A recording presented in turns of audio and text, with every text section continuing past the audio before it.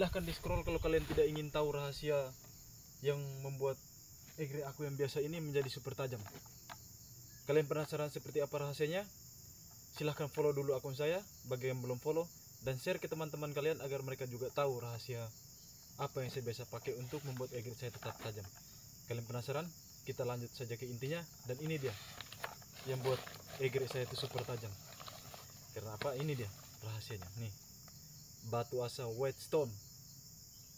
Saya selalu rajin ngasah menggunakan batu asa white stone ini karena selain untuk menjaga kualitas egregnya, batu asa white stone ini dipercaya bisa menjaga egreg kita supaya tidak rompel matanya atau rontok. Jadi begitu teman-teman. Silahkan kalian coba sendiri kalau kalian tidak percaya. Nih, batu asa white stone